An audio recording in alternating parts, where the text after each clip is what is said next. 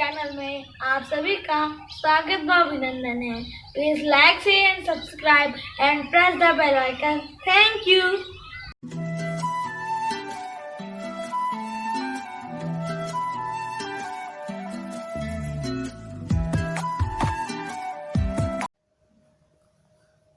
प्रिय विद्यार्थियों, आज आप लोग पढ़ेंगे मुंशी प्रेमचंद द्वारा लिखित श्रेष्ठ कहानी दो बैलों की कथा के प्रश्नोत्तर को, जिसका पहला प्रश्न है, कांजी हाउस में बंद पशुओं की हाजिरी क्यों ली जाती होगी? उत्तर है, कांजी हाउस में बंद पशुओं की हाजिरी पशुओं की सही स्थिति की जानकारी के लिए की जाती होगी। दूसरा है, कोई पशु एक दूसरे को मार तो नहीं रहे हैं। तीसरा है, कोई पशु भाग तो नहीं गया अथवा कोई मर तो नहीं गया इत्यादि जानकारी के लिए उनकी हाजिरी ली जाती रही होगी।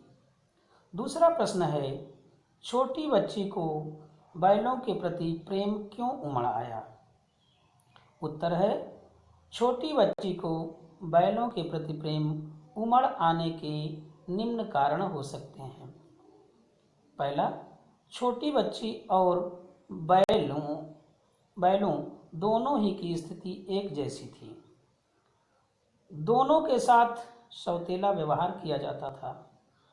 गया दोनों बैल मित्रों से काम तो भरपूर लिया करता था, किंतु खाने पीने के लिए वही सूखा चारा दिया करता था, जिसके कारण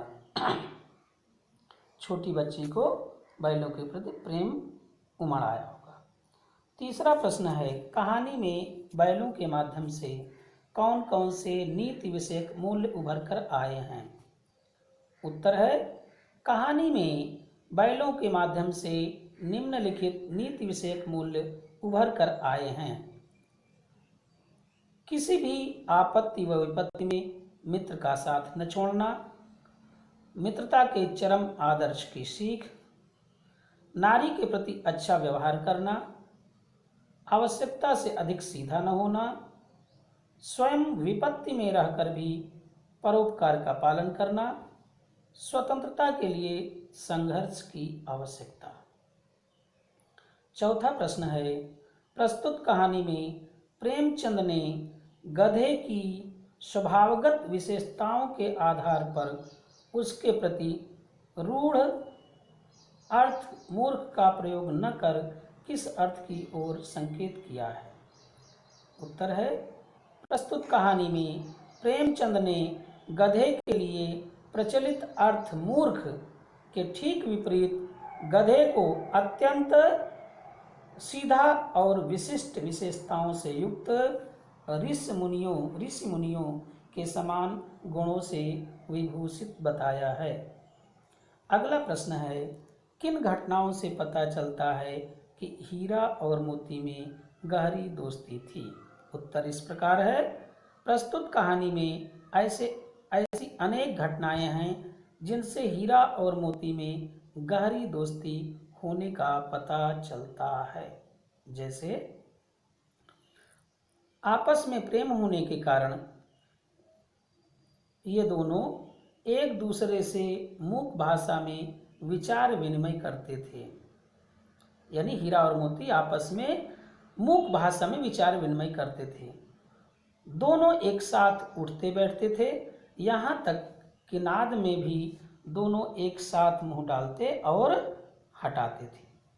गाड़ी में जोते जाने पर दोनों यह सोचते कि अधिक भार मुझ पर ही पड़े।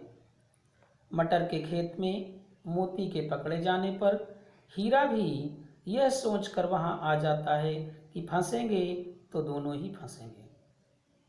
और कांजी हाउस में दीवार गिराने के कारण हीरा को डंडे से पीटा जाता है और मोटी रस्सी से बांधा जाता है।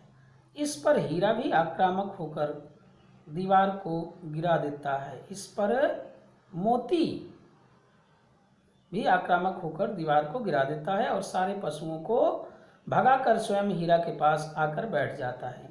हीरा के कहने के पश्चात भी वो नहीं जाता, बल्कि यह कहता है, तुम मुझे इतना स्वार्थी समझते हो हीरा। प्रश्न संख्या 6, लेकिन औरत जात पर सींग चलाना मना है, यह भूल जाते हो। हीरा के इस कथन के माध्यम से स्त्री के प्रति प्रेमचंद के दृष्टिकोण को स्पष्ट कीजिए।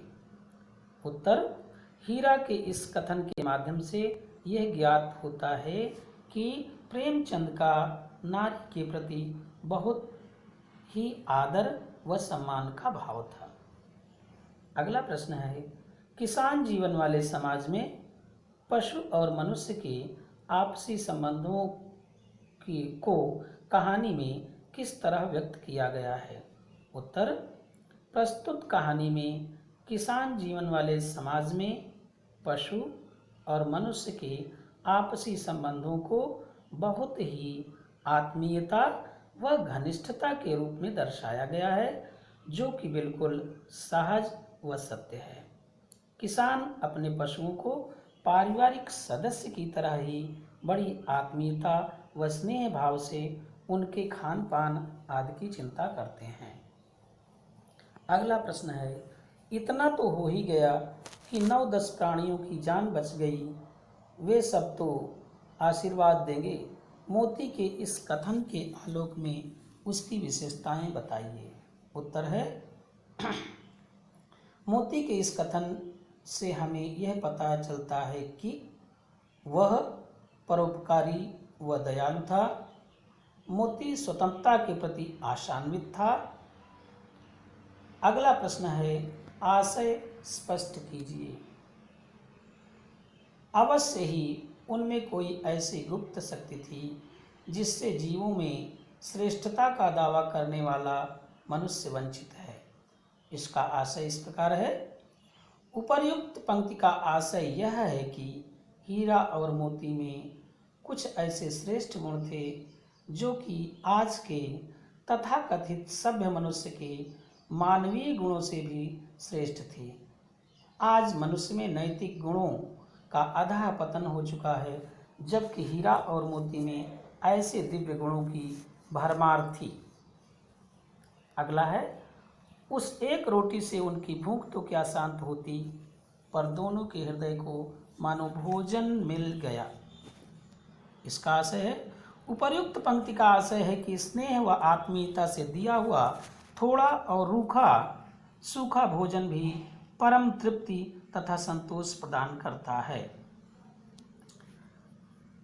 बहुविकल्पी प्रश्न है, उसमें के केवल उत्तर को दिया गया है।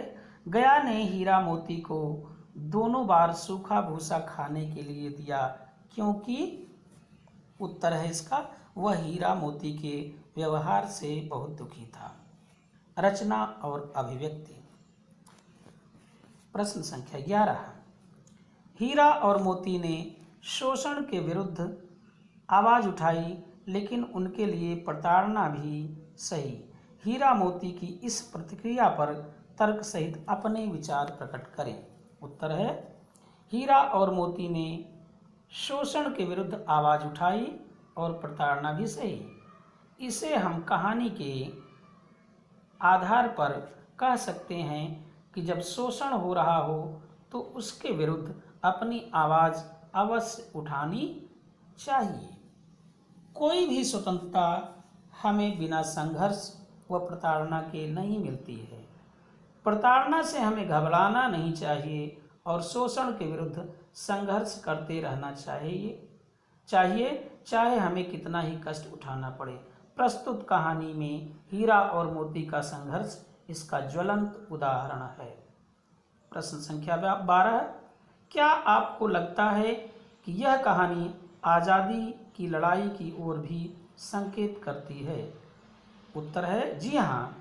इस कहानी को पढ़कर हमें यह लगता है कि यह कहानी अवश्य ही आज़ादी की लड़ाई की ओर संकेत करती दिखती है, क्योंकि उस समय जब यह कहानी लिखी गई हमारा देश परतंत्र था और मुंशी प्रेमचंद जी भी कहानी के माध्यम से उस समय के तत्कालीन समाज का भी वर्णन करते दिखते हैं। हीरा और मोती शोषित व दीनहीन सर्वहारा वर्ग तथा संघर्षरत क्रांतिकारी के प्रतीक हैं, और जबकि गया व उसकी पत्नी शोषक के प्रतीक हैं। कांजी हाउस व वहाँ के व्यवस्थापक लोग वो सब अंग्रेजी शासन व्यवस्था के प्रतीक हैं। इन सब के आधार पर हम कह सकते हैं यह कहानी हमें आज़ादी की लड़ाई की ओर संकेत करती है। इस तरह सारे प्रश्नों के उत्तर हुए। ठीक बच्चों, अगले पाठ के प्रश्नाभ्यास के साथ अगले भाग में